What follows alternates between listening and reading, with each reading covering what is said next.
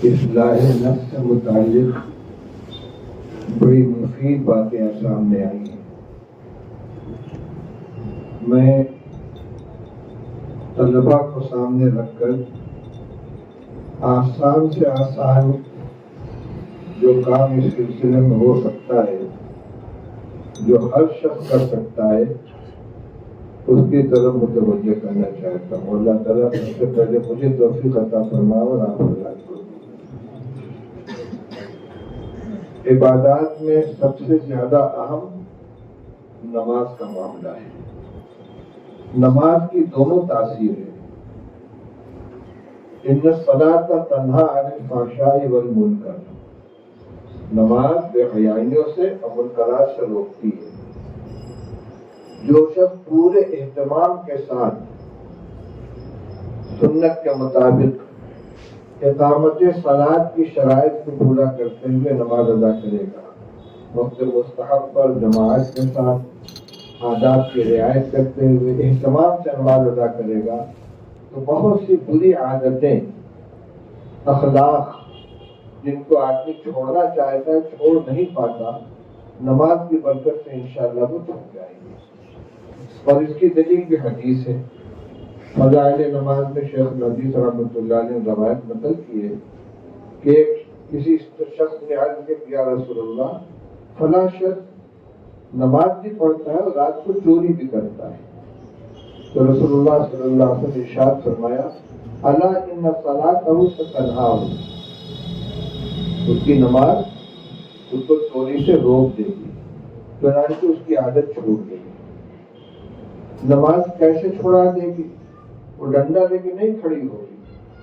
جب نماز آدمی اہتمام سے پڑھے گا تو اس کو یہ تصور ہوگا کہ میں اللہ کے سامنے کھڑا ہوتا ہوں ہاتھ باندھ کر، اس سے کہتا ہوں ایاک نعبد و ایاک نستعین، اے اللہ ہم تیری عبادت کرتے ہیں، تجھ سے ہی مدد طلب کرتے ہیں، اس سے ہم درخواست کرتے کہ اہدنا الصراط المستقیم، ہمیں سیدھا راستہ دکھلا، اس سے ہم درخواست کرتے ہیں صراط الذین انعمت علیہم، جن بندوں پر تیرا انعام ہوا ان کا راستہ دکھلا۔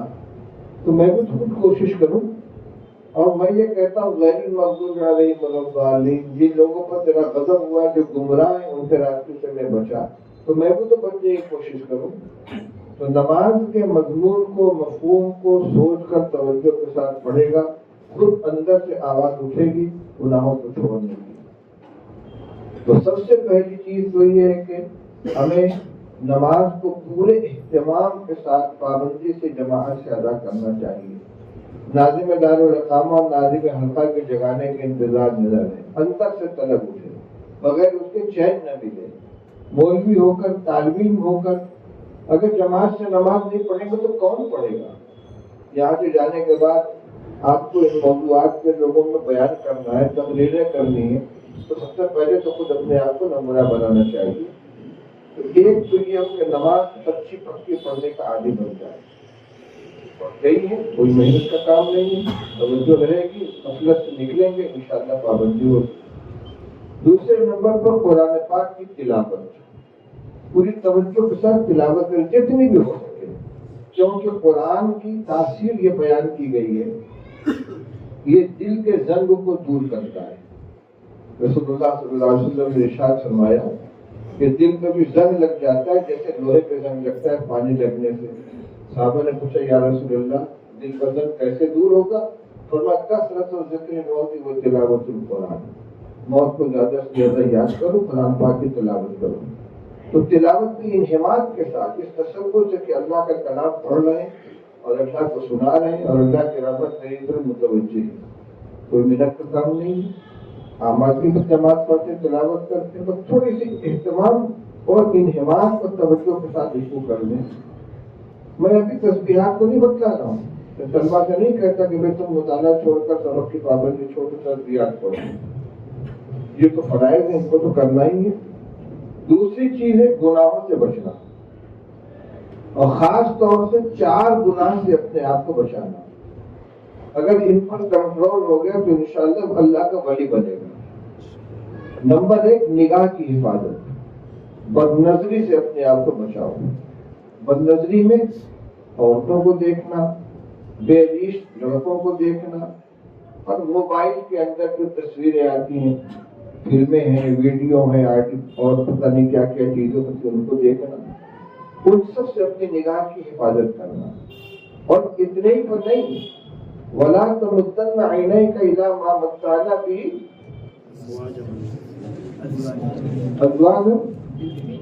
أَزْوَاجًا مِّنْهُمْ زَهْرَةَ الْحَيَاةِ الدُّنْيَا. اللہ تعالیٰ فرماتے ہیں کہ ہم نے دنیا داروں کو جو دنیا کی قسم قسم کی زیب و زینت عطا فرما رکھی ہے، تم ان کی طرف نگاہ اٹھا کر مت دیکھو. وَلَا تَمُدَّنَّ عَيْنَيْكَ، اپنی نگاہوں کو ان چیزوں کی طرف مت بڑھاؤ، ان کی طرف مت دیکھو جو ہم نے دنیا کے زیب و زینت ازواجن طرح طرح کی ان لوگوں کو دے رکھی ہے. تو سب سے نگاہ کو بچانا ہے.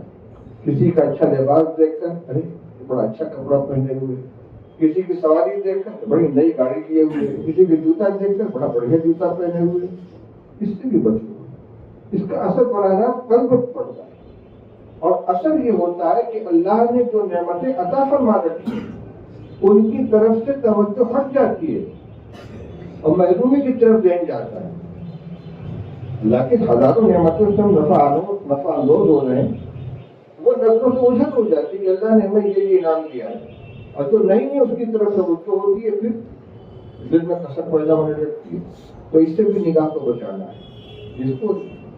جس کو اللہ نے جس کے لیے جو چاہ مناسب سمجھا اس کو عطا فرمایا، ہمارے لیے جو مناسب سمجھا وہ ہم کو عطا فرمایا. تو ایک تو نگاہ کی حفاظت، دوسرے زبان کی حفاظت.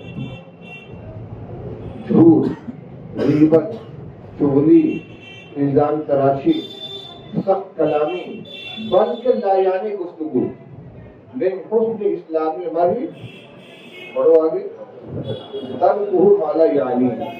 اسلام کی خوبی ہے کہ لایانی چیزوں کو چھوڑ دے، لایانی عمل بھی چھوڑ دے، لایانی کلام بھی چھوڑ دے. بیٹھے ہیں گپ شپ ہو رہی ہے دنیا بھر کے تبصرے میں، کیا فائدہ ہے اس سے؟ تو زبان کی حفاظت جھوٹ سے، غیبت سے، چغلی سے، الزام تراشی سے، سخت کلامی سے، لایانی کلام سے. نمبر 3، کان کی حفاظت. جن باتوں کا بولنا جائز نہیں ہے قصداً ان کا سننا بھی جائز نہیں ہے. غیبت حرام ہے. غیبت اکیلے تو نہیں ہو سکتی، کوئی دیوار سے تھوڑی غیبت کرتا ہے. جب ایک پارٹنر ہوگا تبھی نہ غیبت ہوگی. بالکل زنا کی طرح سے ہے غیبت. اسی لیے غیبت کو اشد من الزنا کہا گیا ہے. الغیبت اشد من الزنا. زنا اکیلے نہیں ہوتا، چاہے جبرن ہی صحیح، لیکن کم سے کم ایک مرد ایک عورت سے تبھی نہیں زنا کا تحفظ ہوگا.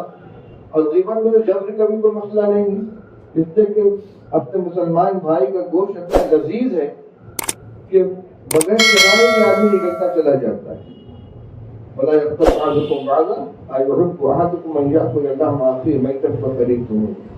تو کان کی حفاظت غیبت سے، جھوٹ سے، چغلی سے، گانے سے، میوزک سے.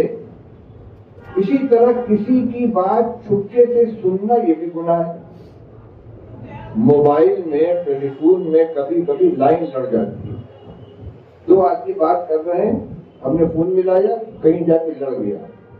وہ دونوں مطمئن ہیں کہ ہماری دونوں کی بات کوئی تیسرا نہیں سن رہا ہے، اور ہمارے کان میں آواز آنے لگی. حرام ہے اس کو سننا، فوراً ڈسکنیکٹ کر دینا چاہیے. تو تیسری چیز ہوئی کان کی حفاظت.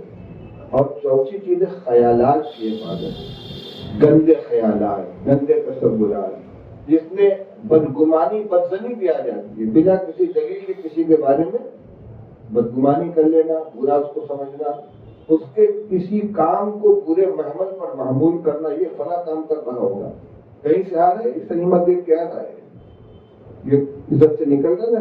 مسلمان کے بارے میں اچھے گمان رکھو. اگر کسی چیز کا دو محمل ہو سکتا ہے، ایک اچھا ایک برا، اچھے کو برے پر معمول کر لو گے تو یہ گناہ ہوگا، اور برے کو اچھے پر معمول کر لے گے تو حسن ظن کی نیکی ہو جائے گی. اس سے خیالات کی بھی حفاظت. گندے خیالات، جس موبائل وغیرہ دیکھنے میں خاص طور سے اس طرح کے مسائل پیش آتے ہیں. جب خیالات گندے ہوتے ہیں، خواہشات ابھرتی ہیں، جذبات میں ہیجان پیدا ہوتا ہے، نہانے کی ضرورت پیش آتی ہے. بلکہ اپنا مجمع کہنے میں کوئی حرج نہیں ہے. بعض طلبہ غلط حرکتوں میں مبتلا ہو جاتے ہیں. یہ صرف طلبائی کی بات نہیں، یہ سب کی ہے، جو بھی کرے گا. اپنی شہوت پوری کرنے کے لیے مستغنی تک بھی مبتلا ہو جاتے ہیں. ظاہر بات ہے کہ یہ خیالات جب گندے ہوں گے تبھی یہ چیز ہوگی. تو میں نے صرف آپ کے سامنے 4 باتیں بیان کی ہیں: نگاہ کی حفاظت، زبان کی حفاظت، کان کی حفاظت اور خیالات کی حفاظت. اور ان سب سے اوقات کی حفاظت ہوگی. جب سب کام چھوڑ دیں گے تو جو اوقات برباد ہو رہے ہیں وہ بچیں گے، ان کو اچھے کام میں استعمال کریں. کچھ نہیں کریں گے تو آرام کر لیں گے، سو لیں گے. یہ بھی کس میں گناہ پہنچانا ہے. اور کرنے کے کاموں میں کیا ہے؟ معمول کے طور پر تو نماز و تلاوت کی پابندی.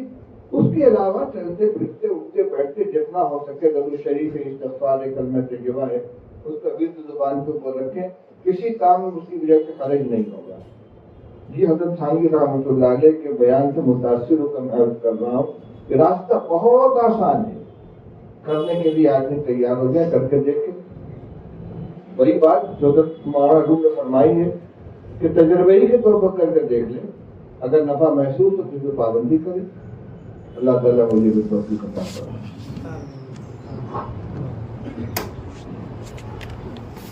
چلو بھائی